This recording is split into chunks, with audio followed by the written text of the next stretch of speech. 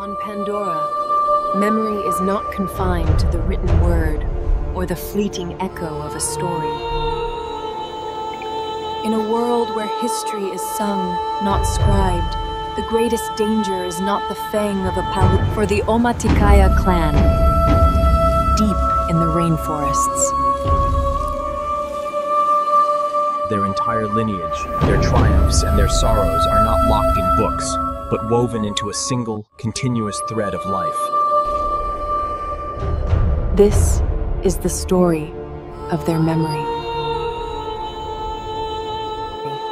Now, let's access the field logs and analyze the true nature of this incredible world. The artifact is known as a Songcord, or Utral Aimokria in the Na'vi tongue, the Tree of Souls cord. At first glance, it appears to be a simple, personal adornment. A length of intricately braided fiber, decorated with a vibrant collection of seeds, shells. But its significance transcends the individual. The Songcord is a library of the senses, a mnemonic device of profound sophistication that chronicles the holder's journey. And Fold, and by extension, the ongoing story of the clan itself. In a society that has no written language, history must be encoded in a form that is both durable and deeply personal. We see here a brilliant evolutionary adaptation of culture. The raw materials for each bead and knot are harvested directly from the Pandoran rainforest. Iridescent beetle wing for a first flight. A river stone, a polished great flood, the tooth flood. The very substance of their world becomes the alphabet of their experience. This is not merely record-keeping. It is a physical manifestation of the Na'vi's core belief that all life is interconnected. The story of a person is inseparable from the story of the forest that sustains them. This woven chronicle is the heart of their identity, a sacred link to those who came before, and a guide for those yet to come. To truly comprehend the Songcord, we must move beyond viewing it as a mere collection of objects and begin to read it as a language. Every element is a word, a sentence, a stanza. The system's genius lies in its multi-layered encoding, a form of physical semiotics that communicates vast amounts of information. Through touch, sight, and memory.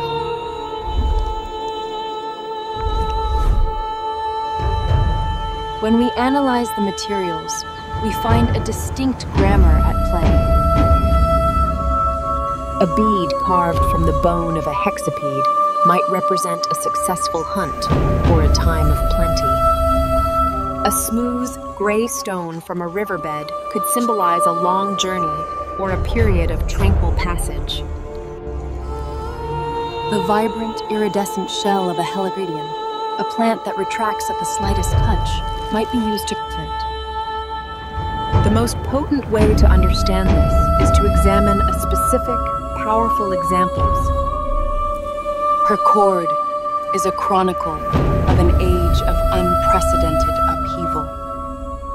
One bead, we can surmise, is a small, perfectly preserved seed pod from a sacred wood sprite, commemorating her birth and her connection to Eywa from her first breath.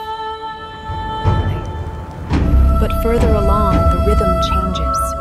There is a bead that is starkly different, perhaps a piece of obsidian. This marks the death of her sister, Silwanen, a memory of pain and the first true intrusion of the Sky People into her life. The texture and temperature alone would evoke the chill of that loss. Then, a truly alien object appears, a small, smooth piece of machined metal, perhaps a spent projectile casing. It is followed by a bead representing the Ichneumaya. This might be the fossilized claw of a mountain banshee. The bond of the Haley with Jake would be represented differently, perhaps by two distinct types of wood, one native and one foreign, bound inextricably together with a tight knot of vine, symbolizing two souls becoming one. But the most significant feature on Neytiri's Songcord, and indeed on the cords of all Omaticaya from her generation, this is not a small bead, but a large, jagged piece of charcoal, a relic of home tree itself. It is rough, abrasive, and permanently stains the fingers black when touched. It is a memory that cannot be held without being marked by it. The placement is critical. It serves as a profound schism in the narrative of the cord, a point of fracture from which the entire story.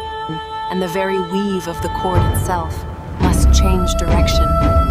The beads that follow this traumatic anchor, representing the great battle, the exodus, and the eventual victory, would all be interpreted in its shadow.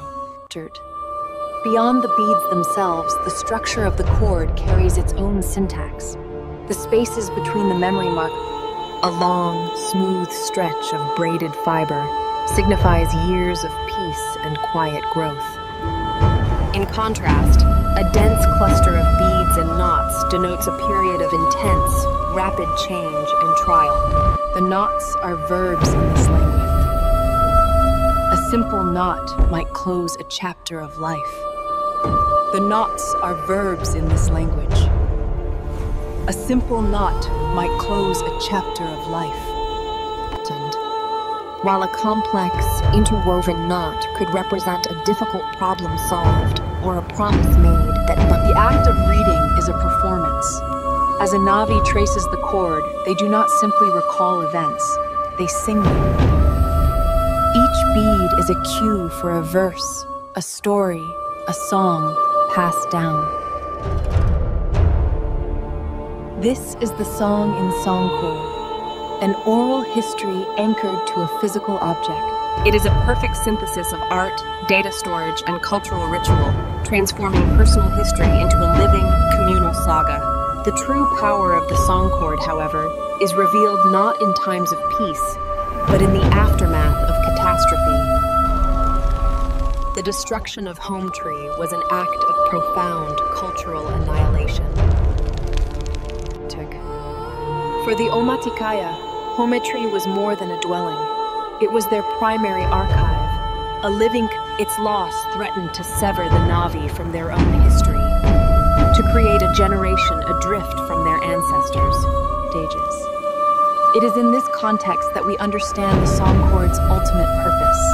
It is a decentralized, when the great library burned, every surviving Omaticaya was already carrying a copy of its most vital stories.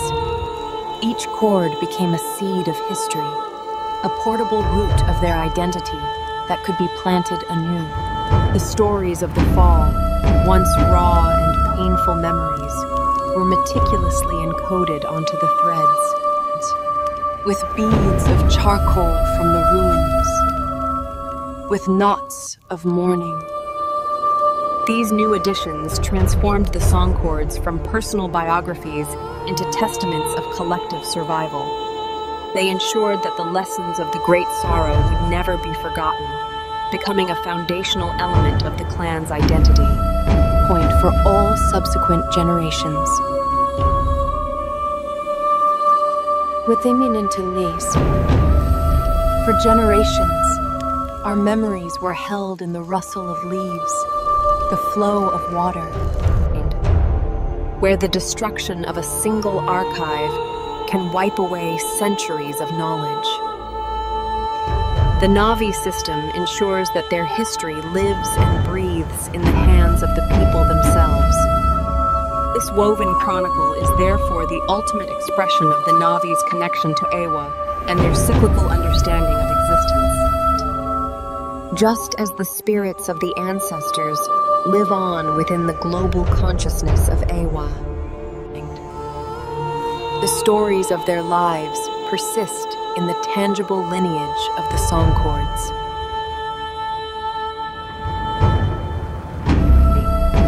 Its memories integrated into the ever-growing tapestry of the clan's saga.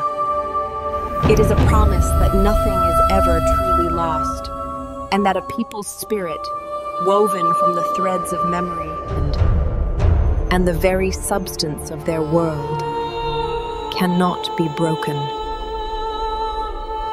The Songcord is far more than a simple artifact. It is a profound philosophy made manifest. It teaches that a life is measured in the richness of its connections, and that history is not a static text to be read, but a living story to be carried, touched, and sung aloud. Through these woven threads, the past breathes into the present, ensuring the Omaticaya are